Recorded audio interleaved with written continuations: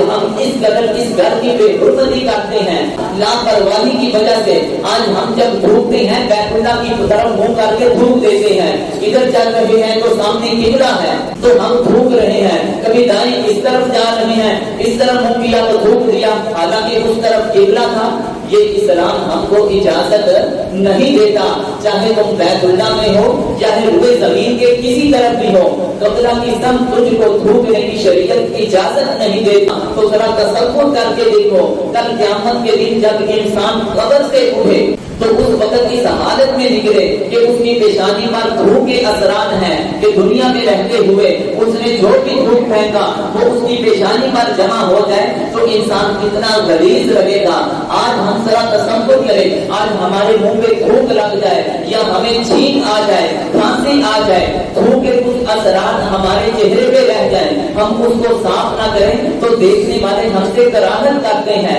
تو کل قیامت کے دن اگر ہماری پیشانی پر اس طرح تھوک جمع ہو گیا تو بتاؤ تو صحیح لوگ ہم سے کس قدر نفرت کریں گے۔ حدیث شریف میں آتا ہے، حضرت حذیفہ بن یمان رضی اللہ تعالی عنہ فرماتے ہیں کہ جو شخص قبلہ کی جانب منہ کر کے تھوکتا ہے، اپنا تھوک جب اس نے پھینکا قبلہ کی سمت پھینکا، اللہ کے محبوب علیہ السلام فرماتے ہیں کل قیامت کے دن وہ شخص اس حالت میں آئے گا کہ اس کی دو پیشانیوں کے درمیان اس کا تھوک ہوگا۔